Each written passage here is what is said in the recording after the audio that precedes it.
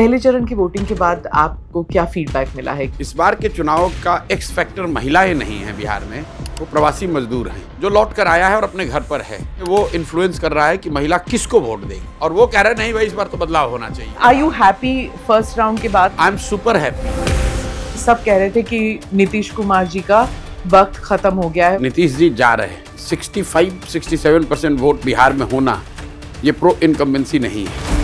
राहुल गांधी कहते हैं कि रेडिकल चेंज अगर लाना है तो ये जेन ज़ी का कर्तव्य बनता है। 20 साल से 30 साल का जो युवा है, जो उसको मजबूरी में बाहर जाना पड़ रहा है, वहाँ के टफ लाइफ को उसको झेल रहा है, वो डेफिनेटली बिहार में बहुत बड़ा फैक्टर है। और जेन ज़ी ऐसा कोई बिहार में ग्रुप है नहीं जो कि एक तरह से किसी के कॉल पर एक्ट करे। पर वो कह रहे हैं ना कि बिहार में भी वोट चोरी होने वाली है। बिहार की जनता ही नहीं उनको सुन रही है, तो जेन ज़ी उनकी बात क्यों सुनेगा? राहुल गांधी को यहाँ की कितनी जानकारी है? बिहार के नजरिए से कांग्रेस का कोई बहुत वजूद नहीं है, कांग्रेस फैक्टर नहीं है। How do you like it when you compare to Arvind Kejriwal? जो कर रहे हैं वो सुपरफिशियली चीजों को देख रहे हैं। अरविंद केजरीवाल की आम आदमी पार्टी को अगर आप ऑब्जेक्टिवली देखेंगे तो उनकी एक कमजोरी यही कि उन लोगों में पेशेंस और परसिवरेंस नहीं है। सरकार में बैठ के भी तो बदलाव किया जा सकता है। क्या सम्राट चौधरी के साथ बैठ के आप बदलाव कर सकते हैं? क्या आप तेजस्वी यादव के साथ बैठ के बदलाव कर सकते हैं? सरकार में हिस्सा बनने का सवाल ही नहीं पैदा होता है। या तो अपने दम पे सरकार बनाएंगे, नहीं तो हम लोग बाहर बैठेंगे। If need be we will force an election. Ideology क्या है जनसुराज? हम लोग भाजपा के खिलाफ हैं। आपको राज्यसभा ऑफर हुआ है? सबने ऑफर किया, किसने नहीं ऑफर किया? चीफ मिनिस्टर बनना है? वो भी नहीं बनना है। प्राइम मिनिस्टर बनना है? वो भी नहीं बनना है, कुछ नहीं बनना है। पहले आप सुनिए मेरी बात। राष्ट्रपति बनना है? नहीं, आप सुनिए मेरी बात। क्या बनना है? देखिए अब This episode is powered by easemytrip.com. Namaste, Jai Hind. You're watching or listening to another edition of the ANI podcast with Smita Prakash. This episode is being filmed in Supaul in the Mithila region of Bihar, which is in the midst of assembly elections. The Mithila region in the Vedic period used to be known as Matsya Kshetra, which was a cultural hub, but today much is desired to be done for the people of this region. Promising to change the way governance is delivered is a former election strategist turned politician Prashant Kishore and his party, the Jan Swaraj. He's my guest today. The party is contesting 238 of Bihar's 243 seats. He's seen as the X factor in this election, where NDA and the Mahagathbandhan are the two major players. The election strategist, whose party is just about a year old, is fighting with his back to the wall. He's mounted an audacious challenge. This is the second conversation I'm having with him in the course of this election. Prashant ji, thank you so much कि आप podcast में आए। I understand कि campaigning के दौरान ज़्यादा वक्त नहीं मिलता इंटरव्यूज़ के लिए, but thank you very much. पहले चरण की वोटिंग के बाद आपको क्या फीडबैक मिला है, क्या रिस्पॉन्स है? देखो, पहले चरण की वोटिंग से एक बात तो बिल्कुल स्पष्ट है कि जितने लोगों ने अपने आप को स्वयंभू जो विशेषज्ञ हैं, they have all up for surprise. Bihar में इंडिपेंडेंट हिस्ट्री में कभी इतनी वोटिंग नहीं हुई है। तो there is something that is going beneath the surface जो लोगों को समझ में नहीं आया या नहीं आ रहा है अभी भी। मेरी समझ से दो बातें। एक तो 30-35 साल का जो एक स्टेटस कोइस्ट पॉलिटिक्स यहाँ चली है, उसकी वजह से लोग धीरे धीरे ऊब गए थे, और पोलिंग परसेंटेज चुनाव आयोग और अन्य सारे तंत्रों के प्रयास के बावजूद बिहार में कभी बढ़ा नहीं है, 50-55 से ऊपर नहीं गया है। पहली बार यहाँ जन स्वराज के तौर पर एक नया विकल्प, एक नया प्रयास शुरू हुआ है, तो कुछ पोलिंग परसेंटेज तो उस वजह से बढ़ा है। बिल्कुल, इसमें कहीं कोई दो मत नहीं है, क्योंकि अब ज़्यादातर जगहों पर त्रिकोणीय लड़ाई है। पहले दो ही था, तो जो उनके समर्थक थे वो वोट देते थे, जो समर्थक नहीं थे वो छोड़ो भाई क्या ही करना है, लालू या नीतीश ही हैं। पहली बार एक कोई नया, चाहे आप उसको पसंद करें न करें, उसकी वायबिलिटी क्या है नहीं है, ये पहली बार ऐसा हो रहा है। दूसरा जो फैक्टर मुझे दिख रहा है कि इसी से जुड़ा हुआ है माइग्रेंट लेबर का। प्रवासी मजदूर, इस बार के चुनाव का एक्स फैक्टर महिलाएं नहीं है बिहार में, वो प्रवासी मजदूर हैं जो छठ के लिए आए थे और रुक गए हैं। वो रुकते नहीं थे। वो भी लिंक इसलिए है कि पहले जब लालू नीतीश का ही था तो लोग ठीक है भाई जो होगा होगा, हम तो वापस जा रहे हैं। इस बार लोगों को लग रहा है कि नहीं, रुक के देख लेते हैं, वोट करके देख लेते हैं, शायद बदल जाए, शायद हमारी ज़िंदगी भी सुधर जाए। ये दोनों फैक्टर जो है ये बहुत बड़ा रोल प्ले किया है। और 10 परसेंटेज पॉइंट।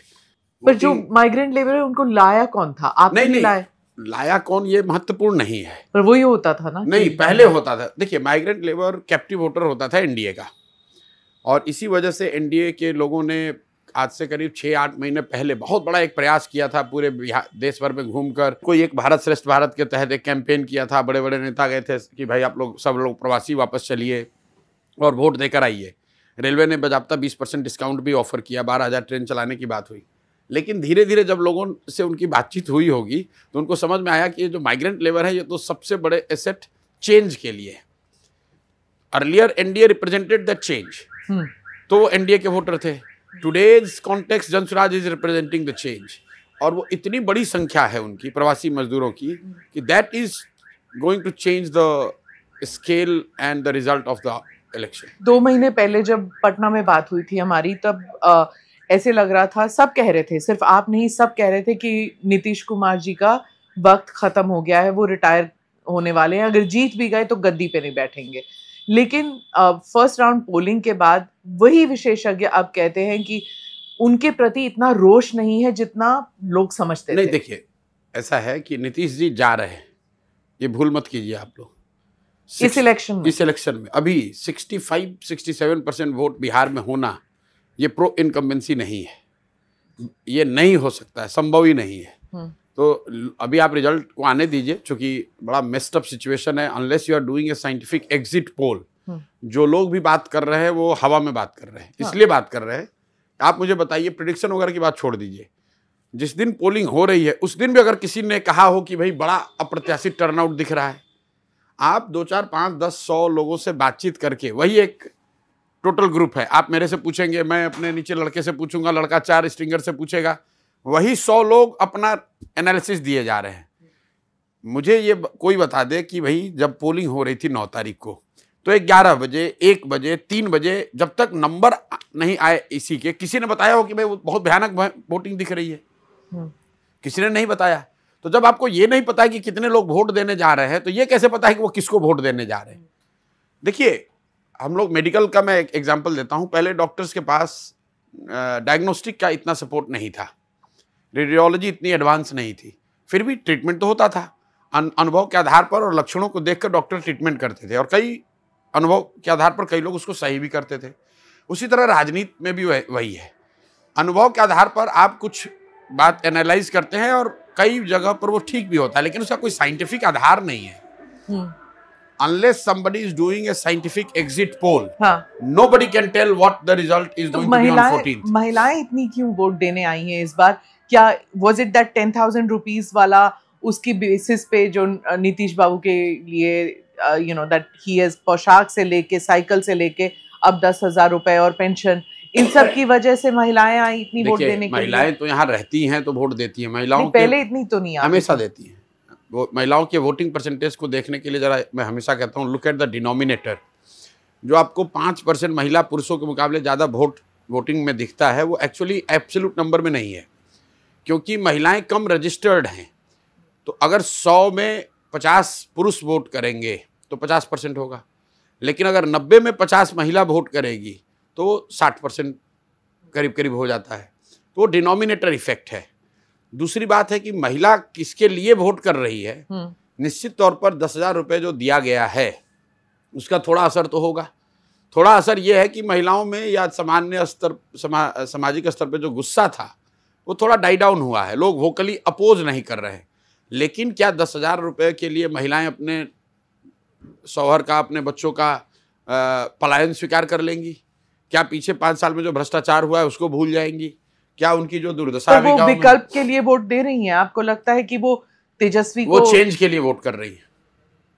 वो चेंज के लिए वोट कर रही हैं, महिलाएं चेंज के लिए वोट कर रही हैं। और मैं फिर आपको कहूँगा कि एक्स फैक्टर महिला नहीं है, एक्स फैक्टर युवा प्रवासी मजदूर है, जो लौट कर आया है और अपने घर पर है। और वो मेरी समझ से वो इन्फ्लुएंस कर रहा है कि महिला किसको वोट देगी। महिला वोट करने तो जा रही है, लेकिन उसका पति पहले बॉम्बे में था, वो छठ में आया, 5 दिन के बाद वापस चला गया। महिला अपने हिसाब से उसने वोट करा और ज़्यादातर वोट एनडीए को करा। लेकिन इस बार वो लड़का है यहाँ और वो कह रहे नहीं भाई इस बार तो बदलाव होना चाहिए। तो 10,000 प्रवासी मजदूर कैसे वोट कर रहे हैं, इसको गेज किए बगैर बिहार के रिजल्ट को गेज करना मुझे लग रहा है कि फुलिशनेस होगी। क्या यूथ फैक्टर जो है, जो आप कह रहे हैं, क्या यूथ तेजस्वी में नहीं देखेगा अपना फ्यूचर? देख रहा होगा, कुछ लोग जरूर देख रहे होंगे। मैं ये नहीं कह रहा हूँ कि मुझ में देख रहा है कि आप में देख रहा है। मैं ये कह रहा हूँ कि बिहार के चुनाव का एक्स फैक्टर यूथ और उसमें भी माइग्रेंट है, महिला नहीं है। महिलाएं तो बिहार में एक्स फैक्टर रही हैं, इस बार वो चेंज है क्योंकि हम लोग देख रहे हैं कि महिलाएं उसके हिसाब से वोट कर रही हैं जो उसके घर का युवा कह रहा है, और वो जो यूथ है वो बहुत एग्रेसिव है। पहली बार बिहार में नौकरियों पर, पलायन पर वोट पड़ रहा है, उसकी चर्चा हो रही है। बिहार में अगड़ा पिछड़ा नहीं हुआ इस बार। बिहार में हिंदू मुसलमान अभी तक कोई बात नहीं कर रहा है, सिर्फ और सिर्फ बात झूठ या सही, लोग यही बात कर रहे हैं कि मैं नौकरी दे दूंगा कि मैं नौकरी दे दूंगा, मैं पलायन रोक दूंगा या मैं पलायन रोक दूंगा। ये एक कंट्रीब्यूशन है जनसुराज का कि हम लोग के आने के बाद से पूरा जो फोकस है, नैरेटिव चेंज हुआ। नैरेटिव बिहार में एक भी जगह दिखा दीजिए कि अगड़ा पिछड़ा हो रहा है। पर टिकट डिस्ट्रीब्यूशन के टाइम सब लोग अगड़ा पिछड़ा कोई दे रहे थे। देखिए ऐसा है, टिकट जो बटे हैं तो 243 लोग लड़ेंगे तो किसी न किसी जाति के ही लड़ेंगे। और वोट देते टाइम भी तो यही होता है, नैरेटिव भले ही कुछ और हो, वोट देते टाइम ये हमारे समुदाय का है, ये हमारे जाति का है, होता तो वही ना। Narrative plays a part in people making A final decision. जो चर्चा चल रही है उसी के आधार पर तो लोग निर्णय लेंगे। उसमें एक जाति भी फैक्टर है। मैं हमेशा से कहता रहा हूँ कि जाति एक फैक्टर है, जाति एक मात्र फैक्टर नहीं है। हाँ, वो आप कहते लेकिन पर वो जो लास्ट मिनट वोटर होता है, लास्ट मिनट वोटर है, वो पलायन पर भी तो बात कर रहा है, वो नौकरी की भी बात कर रहा है, वो भ्रष्टाचार की भी बात कर रहा है, वो नीतीश के बीमार होने की भी बात कर रहा है, वो जनसुराज के विकल्प की भी बात कर रहा है, वो तेजस्वी के 3 करोड़ नौकरी देने के वादे को भी चर्चा में ला रहा है। और ये सारी चीज लोकतंत्र के लिए, बिहार के लिए अच्छी बात है। और जो पहले कहते थे कि वो नीतीश से ऊब गए हैं, रोष है, या फिर जंगल राज की बात है, हम जंगल राज नहीं चाहते। इस बार नहीं है उतना, मैं तो यही कह रहा हूँ। इस बार सिर्फ इस पर नहीं चल रहा है कि भाई किसी भी तरह लालू नहीं आना चाहिए। ये बड़ी बात है, यही तो मैं कह रहा हूँ। नैरेटिव बदला हुआ है, तो जब नैरेटिव बदला हुआ है तो परिणामों पर उसका क्या और कितना असर होता है ये तो 14 को ही दिखेगा। और सेकंड फेज में जो MY है, मुस्लिम यादव कॉम्बो, वो भी इस सेकंड फेज में, if you can tell me that, क्या ये डिसाइडिंग फैक्टर रहेंगे? नहीं, अगर बिहार की डेमोग्राफी और उसका स्प्रेड देखेंगे तो जो तराई के नॉर्दर्न डिस्ट्रिक्ट हैं, चंपारण से लेकर दोनों चंपारण, सीतामढ़ी, मधुबनी, सुपौल, जहाँ हम लोग बैठे हुए हैं, और इससे लगता हुआ सीमांचल नीचे उतर जाइए कटिहार, पूर्णिया तक, ये जिले हैं जहाँ पर बिहार के बहुतायत मुस्लिम रहते हैं। करीब करीब 60% मुस्लिम बिहार के इन्हीं 12-13 जिलों में रहते हैं। तो उस नज़रिए से यहाँ पर मुसलमानों के वोटिंग पैटर्न को अगर देखना है तो सेकेंड फेज ज़्यादा महत्वपूर्ण है। हाँ। लेकिन इसमें कई जिले ऐसे हैं जहाँ यादव फैक्टर कम है, तो नेट MY का स्टेट के लेवल पे जो असर है वही सेकंड फर्स्ट और में कोई बहुत भिन्न नहीं होगा। पहले चरण में यादवों की जनसंख्या वाले एरिया में ज़्यादा पोल हुआ है, ज़्यादा वोटिंग हुई है, और दूसरे चरण में जो मुस्लिम डोमिनेटेड एरिया है वहाँ पर पोलिंग ज़्यादा होगी। मुस्लिम जो है वो कांग्रेस का वोट बैंक हुआ करता था ट्रेडिशनली, और थोड़ा बहुत लालू जी का। इस बार क्या होगा, कोई बदलाव? मुझे लगता है कि क्योंकि आज जस्ट एक जर्नलिस्ट से हमने जब बात की तो उन्होंने कहा कि जो पसमंदा कम्युनिटी है मुसलमानों में, उनकी जो महिलाएं हैं, they are looking at Nitish this time and they are saying कि ये सब तीर पर वोट फिर मैं वही बात कर रहा हूँ कि इतना ज्यादा विशेषज्ञता किसको है। 2 करोड़ मुसलमान, उसमें 2/3 पासबंदा हैं, उनकी महिलाएं, उनको जाकर आपने बात कर लिया, गेज कर लिया, आपको पता चल गया कि वो कैसे वोट करेंगे। किस विद्वान को मालूम है वही बता सकता है। देखिए, मुस्लिम महिलाओं के वोटिंग पैटर्न को गेज करना, it is that much more difficult, क्योंकि वो तो सभाओं में आती नहीं है जी, कोई राजनीतिक चर्चा में शामिल नहीं होती है। अगर आप साइंटिफिक पोल करते हैं हम लोग, आपके कैंडिडेट्स उसमें भी मैं आपको बता रहा हूँ कि वो मुस्लिम महिलाओं से बात करना करीब करीब असंभव है। आपके कैंडिडेट्स गए थे टू कैंपेन मुस्लिम महिलाओं? नहीं, कैंपेन करने तो लोग जाते ही हैं, लेकिन मैं ये कह रहा हूँ कि वो क्या चाहती हैं। अब क्या चाहती हैं? Is it the same thing जो बाकी समुदाय के लोग चाहते हैं? मुस्लिम महिलाओं से जो थोड़ी बहुत बात हम लोग की होती रहती है, उसमें आप वही देखेंगे। कहने के लिए तो सब यही कहते हैं, हम विकास चाहते हैं, अपने बच्चों के लिए पढ़ाई चाहते हैं, रोजगार चाहते हैं, लेकिन उनके लिए एक बड़ा फैक्टर मुसलमानों के लिए ये है कि भाई भाजपा को कौन हरा रहा है। उस नजरिए से जो नजदीक जो उनको दिखेगा, अभी भी वही है। नहीं, मैं उस पर आ रहा हूँ। उनको जो दिखता है कि ये भाजपा को हरा रहे हैं, उधर उनका टिल्ट हो सकता है। लेकिन इस बार वो एकदम सीधा नहीं है, क्योंकि पिछली बार वो सीधा था कि भाई अगर भाजपा को हराना है तो महागठबंधन को दे दो। अब कई जगह जहां त्रिकोणीय लड़ाई चल रही है, तो उनको भी ये गेज करना है कि भाई कौन मजबूत है, कौन तो आपको मुसलमान वोट मिल सकता है? मिल ही रहा है। मिल रहा है। मिल ही रहा है। अच्छा, आपने यूथ वोट्स की बात की। जेन जी को लेकर राहुल गांधी कहते हैं कि रेडिकल चेंज अगर लाना है तो ये जेन जी का कर्तव्य बनता है, और वो कहते हैं कि सारे इंस्टीट्यूशंस पे जो कब्जा है बीजेपी का, उसको तोड़ने के लिए सिर्फ जेन जी कर सकता है। क्या आप सहमत हैं? देखिए, ऐसा है, ये जेन जी और अभी आज से 2-4 बरस पहले मिलेनियल्स और उससे पहले ये चलते रहते हैं बातें, टर्मिनोलॉजीज हैं। पर आप देख रहे हैं, मतलब मैं जो आपको बता रहा हूँ, गवर्नमेंट्स गिराए हैं। नहीं, नेपाल में घटना हुई है, उसके बाद से लोग ज्यादा उत्साहित हो रहे हैं। बिहार में जो यूथ है, नेपाल यहाँ से करीब ही है, बिल्कुल करीब है, लेकिन वो बिल्कुल अलग देश है, हम लोग बिल्कुल अलग जगह हैं।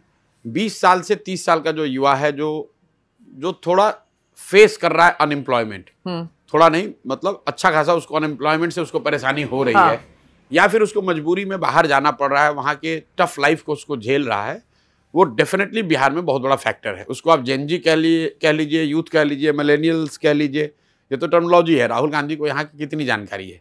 राहुल गांधी तो घूमते फिरते आते हैं, कुछ 1-2 बाइट किया और चले गए। लोगों ने कहा ये पद यात्रा किए हैं, वो है, वो ये है।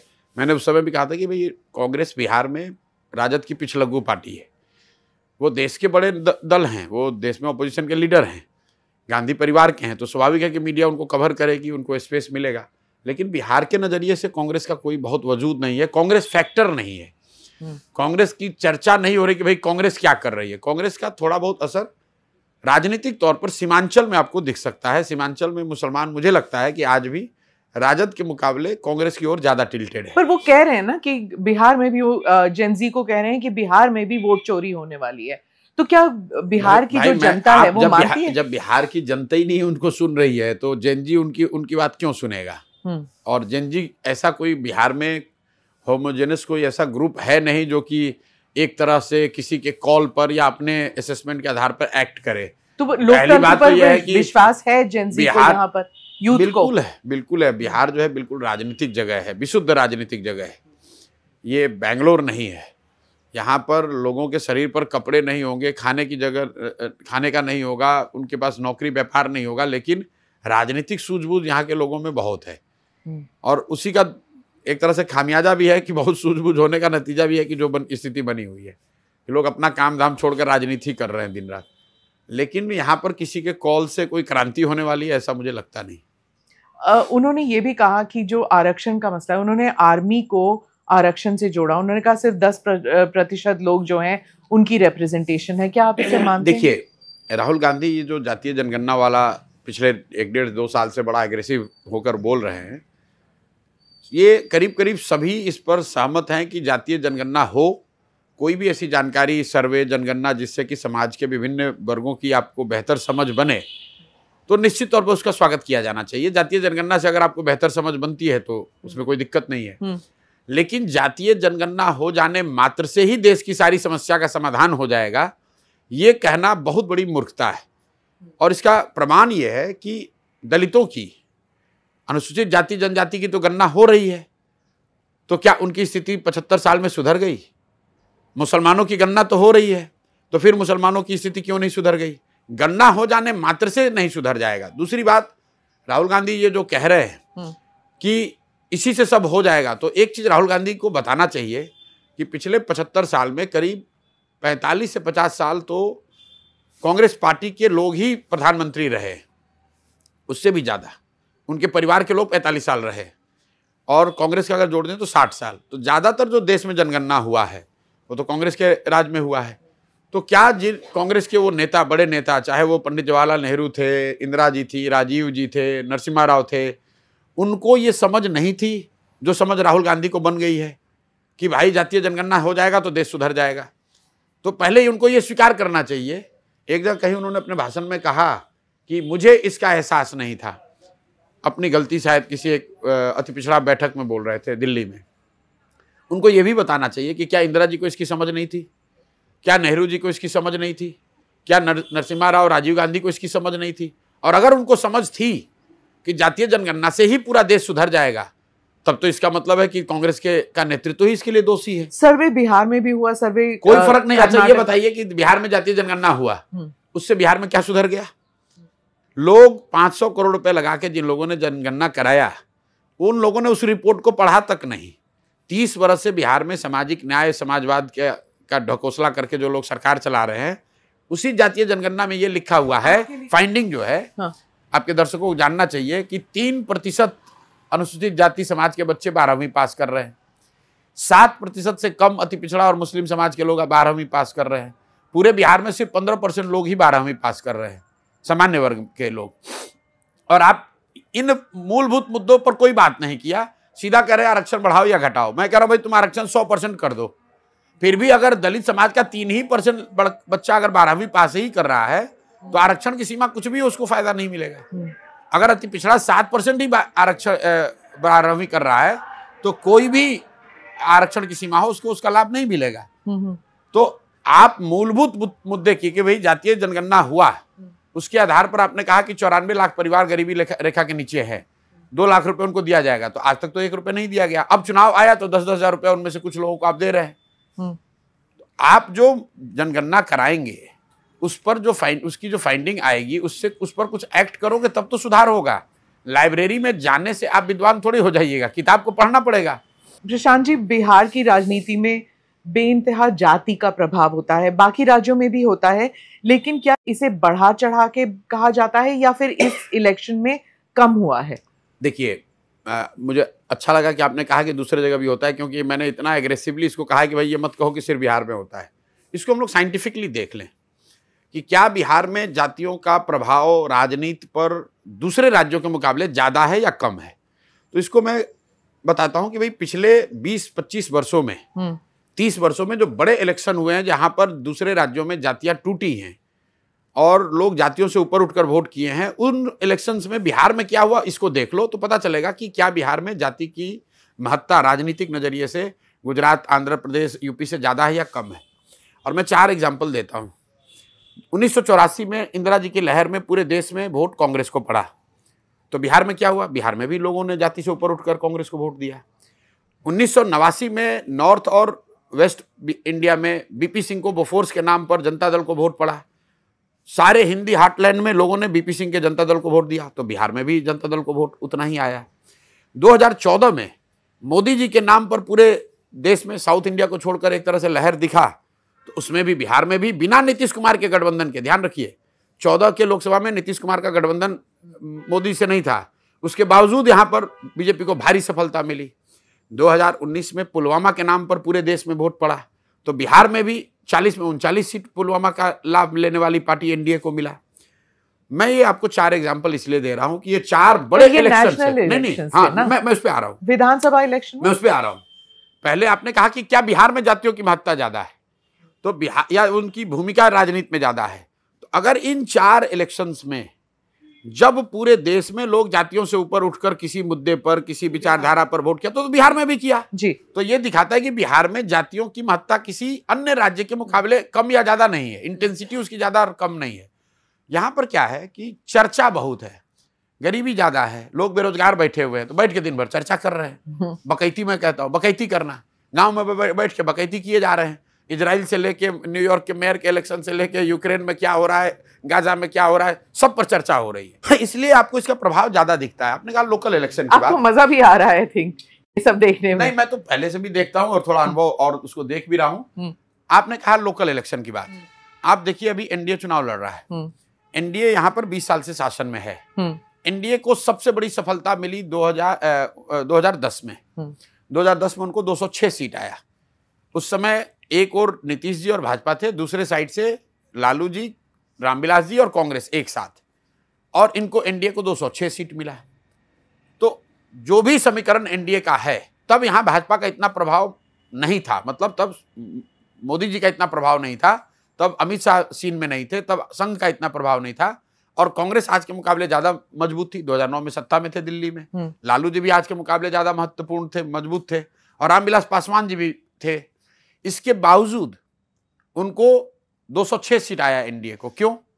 क्योंकि जातियों के समीकरण के साथ साथ पूरे बिहार में यह भी एक भावना थी कि 2005 से लेकर 2010 का जो पहला टर्म नीतीश कुमार का था, सामान्य लोगों की सोच थी कि नहीं, बिहार में सुधार होना शुरू हुआ है, नीतीश जी अच्छा कर रहे हैं। तो जातियों का समीकरण भी था और काम भी था, तो 206 सीट आया। वही समीकरण चुनाव लड़ा 2020 में। इस बार एनडीए में मोदी जी की भी ताकत थी, अमित शाह भी थे, संघ भी था, दिल्ली में उनकी सरकार भी थी। इसके बावजूद उनको 125 सीट नहीं आया। क्यों और नहीं आया? 2025 में क्या होने वाला है? 2025 में उनको बहुत परेशानी उनकी होने वाली है बीजेपी को। बिल्कुल बिल्कुल उनको, क्योंकि बदलाव तय है। आपने उनके वोट काटे हैं? नहीं, बदलाव तय है। मैं आपको बता रहा हूँ कि सब यही कह रहे हैं कि जो अगड़ा वोटर है वो सब निशांत किशोर को वोट दे रहा है। रेट्रोस्पेक्टिव एनालिसिस 10%, 15% कितना काट रहे हैं? मैं फिर वही बात कहूंगा कि जो प्रवासी मजदूर आया है उसमें 2/3 से ज्यादा लोग जनसुराज को वोट कर रहे हैं। तो प्रवासी मजदूर कौन है, किस जाति का है? यहाँ पर जनसंख्या के हिसाब से सवर्ण 10% हैं, तो 90% से ज्यादा प्रवासी मजदूर तो सवर्ण नहीं है। वो क्यों जनसुराज की बात कर रहे हैं? आप उसको जाति के लेंस से देख रहे हैं, मैं उसको दूसरे लेंस से देख रहा हूं। आप अपने स्ट्रिंगर से सर्वे करा लीजिए, रेलवे स्टेशन पर जो लोग आ रहे हैं उनसे पूछवा लीजिए कि जो प्रवासी मजदूर है वो किसको वोट कर रहा है। वो किसी भी जाति का है, वो वोट कर रहा है जनसुराज को। फर्क रिजल्ट का मैं आपको इतना ही बताना चाह रहा हूं। कितने नंबर मैं बता रहा हूं इस पे, परसेंटेज और नंबर दोनों बताइए। मैं बता रहा हूं प्रवासी मजदूर, ये फाइनल नंबर इस पे डिपेंड करेगा कि वो कितना एक्सपेक्ट करते हैं, अपने परिवार और इर्द गिर्द के लोगों को कितना इन्फ्लुएंस कर पा रहा है। मैं आपको बिल्कुल ईमानदारी से बता रहा हूं। Are you happy first round के बाद और सेकंड राउंड में? I am super happy. First round super happy. और आपके जो कैंडिडेट्स हैं दे आर सुपर हैप्पी, क्योंकि जो कैंडिडेट्स जो बता रहे हैं कि एक ही चीज है भैया, हम लोग गांव में पहुंचे ना पहुंचे, जो मजदूर सब लौटा है ये सब जनसुराज बोल रहा है। अब रिजल्ट सिर्फ उसके वोट देने से नहीं प्रभावित होगा। रिजल्ट इस पर डिपेंड करेगा कि मैं प्रवासी मजदूर हूं, मैं तो जनसुराज को वोट दे रहा हूं, क्या मैं अपने परिवार वालों को भी वोट दिलवा पा रहा हूं? अगर अपने परिवार वालों को भी मैंने वोट दिलवा दिया तो बिल्कुल आपको अर्श वाली स्थिति दिखेगी। बिहार में इतिहास लिखा जाता हुआ 14 तारीख को दिखेगा। और अगर अर्श, आप सभी इंटरव्यू में कहते हैं अर्श या फर्श, अगर अर्श वाली स्थिति के लिए आपको कॉम्प्रोमाइज करके किसी कोalition में जाना पड़े तो? जरूरत ही नहीं है, जरूरत नहीं। क्योंकि और अगर जरूरत पड़े मैं तो? आपको ही बता रहा हूँ, जरूरत पड़ जाए। मैं बता रहा हूँ कि जरूरत नहीं है का मतलब ये नहीं कि मैं नंबर पे दावा कर रहा हूँ। मेरे अपने काम करने के तरीके में उसकी जरूरत नहीं है। पक्ष या विपक्ष की राजनीति करने में यहाँ नहीं आया हूँ। मुझे एमएलए मंत्री नहीं बनना है, मुझे यहाँ पर परिवर्तन कराना है। और मैं इस बात से को लेकर बहुत खुश हूँ कि परिवर्तन यहाँ होना शुरू हो गया है। अगर आप एज एन इंडिविजुअल ना जाए, लेकिन पार्टी का तो कोई होगा ना। पार्टी के जो लोग जीत कर आएंगे, अगर वो कहेंगे जीत कर आएंगे और हम लोग की संख्या नहीं होगी सत्ता में जाने की, आप एब्सोल्यूट मेजॉरिटी तो ला नहीं सकते। नहीं तो क्यों नहीं ला सकते? आप कह रहे हैं एब्सोल्यूट मेजॉरिटी। बिल्कुल, अगर आएगा तो उतना ही आएगा, नहीं आएगा तो नहीं आएगा। अरे अगर नहीं आता, नहीं आएगा तो हम लोग बाहर बैठेंगे 5 साल। ये आपकी जिद है। अगर आपकी पार्टी कहती है कि नहीं, हम कोई नहीं कहेगा, क्योंकि जनता ने वोट परिवर्तन के लिए, बदलाव के लिए दिया है। जनता ने वोट कोalition के लिए नहीं दिया। सरकार में बैठ के भी तो बदलाव किया जा सकता है। जरूरत नहीं है। क्यों, किसके साथ बदलाव कॉम्प्रोमाइज करना क्या सम्राट चौधरी के साथ बैठ के आप बदलाव कर सकते हैं? क्या आप तेजस्वी यादव के साथ बैठ के बदलाव कर सकते हैं? क्यों नहीं? आपने सबके साथ काम किया प्रशांत जी। अगर दूसरे के बारे में बोलूं कि अगर तेजस्वी जा सकते हैं कि नहीं, बीजेपी के साथ नहीं जा सकते, उन्होंने कभी काम नहीं किया, लेकिन आपने तो सबके साथ काम किया। नहीं, पहली बात तो समझिए कि काम करना प्रोफेशनली वो एक बात है। जैसे आप एज ए पत्रकार आपने 10 न्यूज एनडीटी में काम किया हो, लेकिन अगर आप अभी एएनआई चला रहे हैं तो एएनआई छोड़कर किसी दूसरे पीटीआई में नहीं ज्वाइन कर लीजिएगा। तो अभी हम लोग जनसुराज को यहाँ बनाने में हम लोगों ने खून पसीना एक लगाया है। और आप बात समझिए, ऑलरेडी जो चेंज है वो दिख रहा है। तो नंबर का वेट कर लेते हैं, और नंबर जब आएगा तो क्या वर्ष से वर्ष क्या होगा कि जनसुराज को उतनी सीट नहीं मिलेगी, तो 5 वर्ष और प्रयास कर लेंगे। हम लोग को क्या जल्दी है? हम लोग कोई जल्दी नहीं। हमारी उम्र 48 साल है, क्या जल्दी है? 5 साल और कर लेंगे। अगर बिहार के लोग नहीं सुधरना चाहते हैं तो 5 वर्ष उनके साथ और लग के काम करेंगे। हमारा कोई ऐसा तो है नहीं कि हमारा खाना खर्चा चलता है पॉलिटिक्स। कौन सा वो रेड लाइन है जिसको आप क्रॉस करने के लिए तैयार नहीं है पॉलिटिक्स में, कॉम्प्रोमाइज के लिए? सरकार में हिस्सा बनने का सवाल ही नहीं पैदा होता है। या तो जनसुराज सरकार में अपने दम पे सरकार बनाएंगे, नहीं तो हम लोग बाहर बैठेंगे। If need be we will force an election, फिर से इलेक्शन होने दीजिए।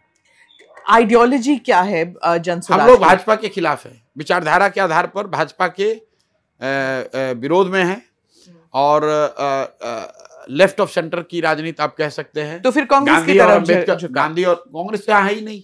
लेफ्ट ऑफ सेंटर तो कांग्रेस हुआ नहीं, लेफ्ट ऑफ सेंटर कांग्रेस कहाँ है? कांग्रेस तो कहीं नहीं है। कांग्रेस तो सेंटर है, कभी राइट की ओर टिल्ट होती है, कभी लेफ्ट में शिफ्ट होती है। हम लोग अपनी बात कर रहे हैं। हम लोग गांधी और बाबा साहब की बात को ही लेकर चल रहे हैं और उन्हीं की बात को लेकर आगे चलेंगे। गुड गवर्नेंस आप कहते हैं, बट गुड गवर्नेंस कोई आइडियोलॉजी तो नहीं है। बिल्कुल नहीं है। मैं हमेशा कहता हूं कि आइडियोलॉजी होना बहुत अच्छी बात है, but we must not become अंधभक्त in ideology, in the name of ideology.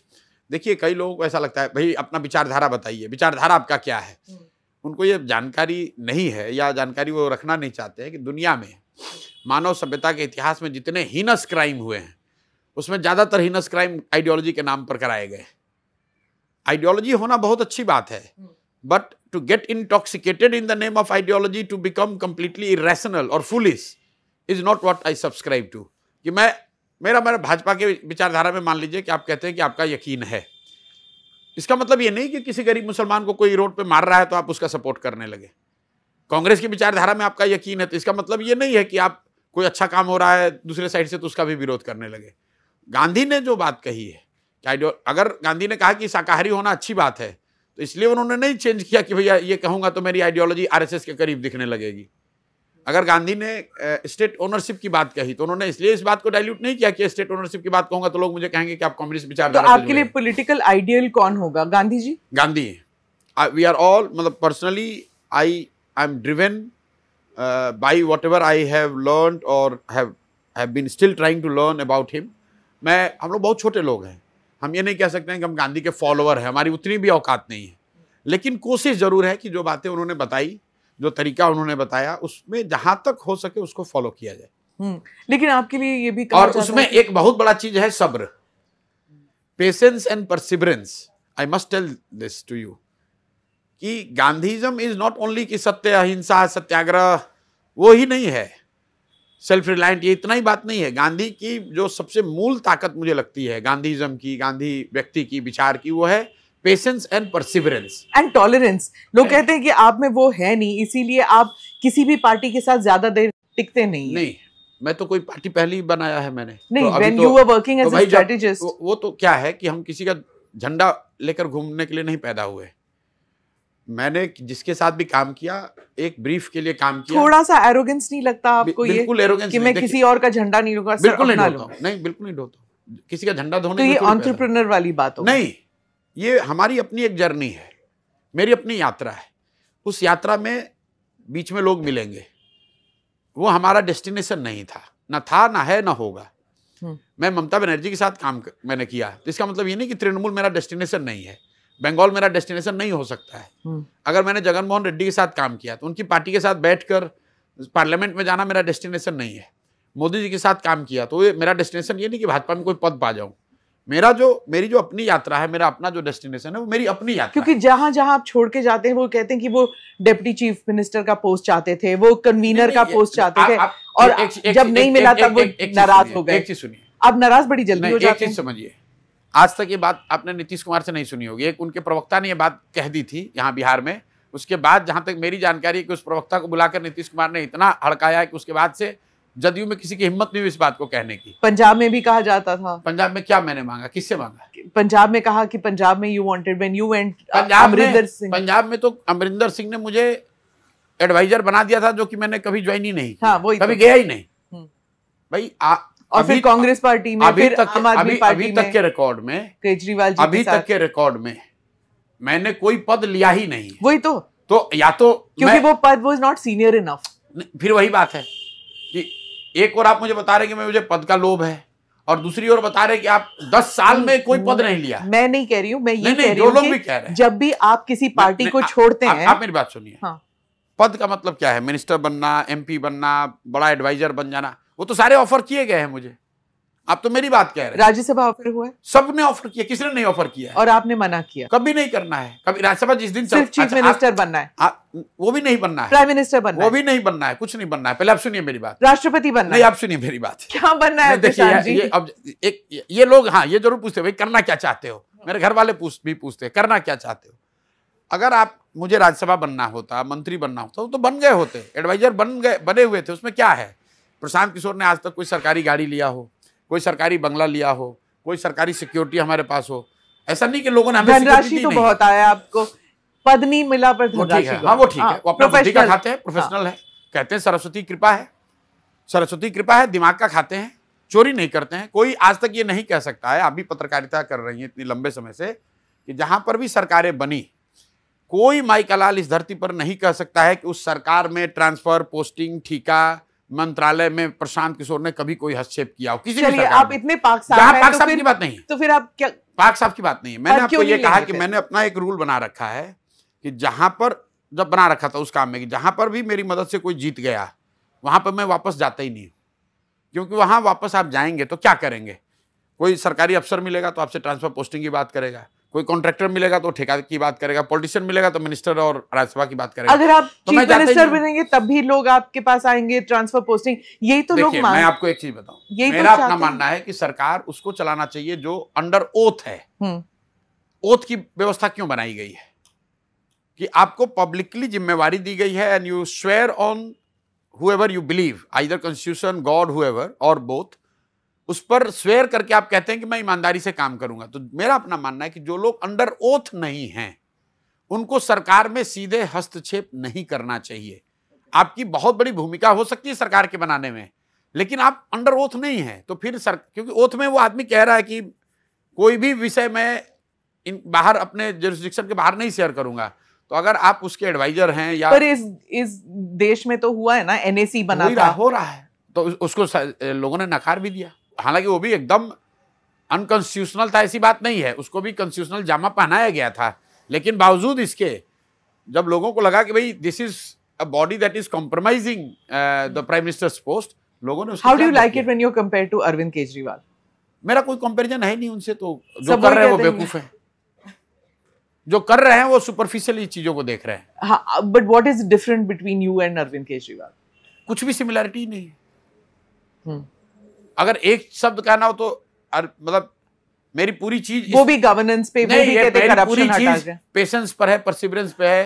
Arvind Kejriwal की आम आदमी पार्टी को अगर आप ऑब्जेक्टिवली देखेंगे तो उनकी एक कमजोरी यही कि उन लोगों में पेशेंस और परसिवरेंस नहीं था, किसी एक चीज को पकड़ के रहे। वो भी ही वाज गेटिंग प्रोफेशनल्स, आप भी प्रोफेशनल्स को लेके आ रहे हैं, एजुकेटेड पीपल को वो अट्रैक्ट कर रहे थे। वो तो हर पार्टी वाले लोग करते हैं, इसमें अरविंद केजरीवाल की क्या बात है? जब ममता बनर्जी ने टीएमसी शुरू किया था तो उसमें भी सिविल सोसाइटी के बहुत बड़े लोग, नहीं सारा काडर सिविल सोसाइटी के, मतलब बंगाल में सिविल सोसाइटी का एक बहुत बड़ा भाग ममता बनर्जी के साथ जुड़कर टीएमसी की बैकिंग करी है लेफ्ट को हटाने में।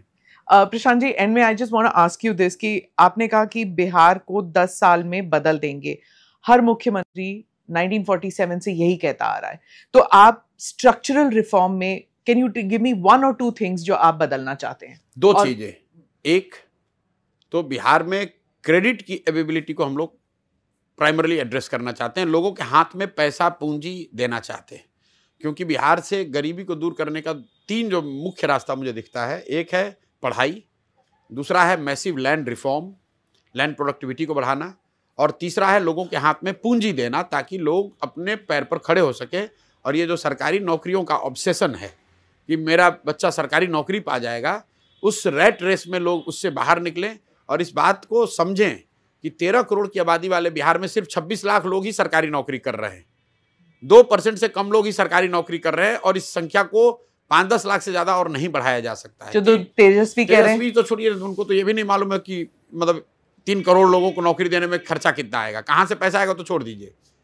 3 करोड़ लोगों को बहाल करने, अगर पैसा एक बार को भगवान ने आपको दे दिया कहीं कि लीजिए आपके पास है 15 लाख करोड़ रुपए नौकरी दे दो, तो भी नहीं दे पाओगे, क्योंकि 3 करोड़ लोग तो देश में नौकरी नहीं मिलती है, तो राज्य की बात ही छोड़िए। 3 फंडामेंटल बातें जो हम लोग कह रहे हैं कि Bihar has to become once again ज्ञान की भूमि, जहां पढ़ाई पर फोकस हो, और पढ़ाई से मतलब सिर्फ विश्वविद्यालय नहीं, प्राइमरी एजुकेशन है। जब तक बिहार में 30, 40, 50% लोग 12वीं पास नहीं करेंगे, अच्छा पढ़कर नहीं निकलेंगे, तब तक बिहार के समाज में आपको बड़ा परिवर्तन नहीं दिखेगा। अभी वो नंबर 10% से कम है। दूसरी बात जो हम लोग का लैंड प्रोडक्टिविटी, यहाँ 55 लाख हेक्टेयर जमीन खेती के लायक है, जब तक वो प्रोडक्टिविटी नहीं बढ़ेगी तब तक सुधार नहीं हो सकता है। और तीसरा बात, यहाँ लोगों के हाथ में पैसा पूंजी नहीं है, तो जब तक लोगों के हाथ में पैसा और पूंजी नहीं होगा, और वो पूंजी आएगा both with your increase investment and consumption plus also the borrowed capital. Industrialization नहीं, industrialization in the long run, unless आप ये 3 फंडामेंटल पिलर्स को ठीक करें, जब तक यहाँ लोग पढ़ेंगे नहीं। अगर इंडस्ट्री लग भी जा रही है, आप बिहार में 2-4 इंडस्ट्री वहाँ जाके देखिए, वहाँ पर काम करने वाला सब बाहर का ही आदमी है। जब बच्चे यहाँ पढ़ ही नहीं रहे हैं तो वो काम भी करेंगे तो क्या करेंगे, लेबर का काम करेंगे। आप दिल्ली के मॉल्स में मैंने सर्वे कराया, वहाँ पर जितने फ्रंट डेस्क पे काम करने वाले लोग हैं वो दूसरे जगहों के हैं, और जितने उसमें बाथरूम में जेनिटर का, सफाई का काम करने वाले वो बिहार के लोग हैं। ऐसा नहीं कि उनके पास ग्रेजुएशन की डिग्री नहीं है, लेकिन उनको अंग्रेजी की समझ नहीं है, बोलने की अंग्रेजी बोलने की समझ नहीं है। स्किल डेवलपमेंट स्टार्ट हो जाता है, एक साल में तो उनकी ट्रेनिंग हो सकती है स्किल डेवलपमेंट में। एक साल में तो नहीं होगा, लेकिन हो जाते हैं एक साल में। अगर आप प्लम्बर, इलेक्ट्रिशियन, ऐसी वाली जो जिसमें 8 स्टैंडर्ड के बाद आप प्लम्बर, इलेक्ट्रिशियन, इनकी जरूरत है। बिहार में शॉर्ट रन में ब्लू कॉलर जॉब से बहुत बड़ा काम किया जा सकता है, लेकिन अल्टीमेटली बिहार को अगर आगे जाना है तो we have to create white opportunity for white collar. Industrialization को एक नजरिए से देखा जा रहा है। जैसे राहुल गांधी ने कहा कि बिहार में 1 एकड़ 1 रुपए में अडानी को बेचा जा रहा है। ही जस्ट इमीडिएटली सेड दिस। देखिए, ये तो राहुल गांधी आएंगे तो कुछ भाजपा, मोदी अमित शाह के बारे में बोलेंगे, अमित शाह मोदी आएंगे तो राहुल गांधी के बारे में बोलेंगे। बिहार की जमीनी हकीकत की इनकी जानकारी कितनी है मैं जानता नहीं हूँ। अमित शाह जी ने कहा कि बिहार में जमीन की दिक्कत है, और उन्हीं के मैनिफेस्टो में, भाजपा के मैनिफेस्टो में लिखा हुआ है कि हम हर प्रखंड में फैक्ट्री खोलेंगे। तो या तो अमित शाह जो कह रहे थे वो गलत है, या जो घोषणा पत्र में लिखा है वो गलत है। लैंड एक्विजिशन हुआ है ना इंडस्ट्री के लिए, लेकिन वहां पे कुछ बना नहीं है। आप बताइए कि बिहार में सड़कें, नेशनल हाईवे सुधरा है, हाँ, तो अगर जमीन नहीं है, एक्विजिशन नहीं हुआ, तो नेशनल हाईवे कैसे बना है? ये तो विल की बात है। अगर आप नेशनल हाईवे बनाना चाहते थे तो इसी बिहार में आपको जमीन मिला है ना, तो फैक्ट्री भी लगाना चाहोगे तो जमीन मिलेगी, फैक्ट्री भी लगाना चाहोगे तो जमीन मिलेगी। Pro industry? I am pro capital. Pro capital? I am pro capital. मैं समाजवाद के नाम पर, you don't have a problem कि बिरला, टाटा, अंबानी, अडानी यहाँ है। मैं तो pro. Do you welcome them? I welcome capital. It doesn't matter कि किससे आता है। Our fundamental belief is कि capital doesn't come only from few industrialists. Capital जो है वो लोगों के हाथ में क्रिएट होना चाहिए, कंजम्पशन बढ़ना चाहिए, उससे कैपिटल क्रिएट होगा। सोशलिस्ट माइंडसेट की कैपिटल सिर्फ सरकार की तरफ से आएगा? बिल्कुल नहीं। मैं समाजवाद के नाम पर बिहार में गरीबी का बंटवारा नहीं करना चाहता हूँ। मैं कैपिटल क्रिएट होते देखना चाहता हूँ, कैपिटल हार्नेस करना चाहता हूँ, और उसमें समाज की बड़ी भूमिका चाहता हूँ। जो यूरोपियन मॉडल है, अमेरिकन मॉडल और यूरोपियन मॉडल में जो थोड़ा सा जो फाइन डिफरेंस है वो ये है कि part of European model is based on more equitable distribution of capital. मतलब बहुत बड़े billionaires, welfare state. Welfare state तो है ही, वो तो भारत की कॉन्स्टिट्यूशन में ये आपको वेलफेयर स्टेट बने ही रहना है। लेकिन कैपिटल के लिए ओवर डिपेंडेंस ऑन इंडिविजुअल्स वो नहीं चाहते हैं। कैपिटल के लिए more distributed form of capital creation and capital consumption का रोल देखते हैं हम लोग। Okay, thank you so much Prashant ji, and wishing you all the best. Thank you for watching or listening to this edition of the ANI podcast with Smita Prakash. Do like or subscribe on whichever channel you've seen this or heard this. Namaste, Jai Hind. This episode is powered by easemytrip.com. Click here to watch the previous episodes.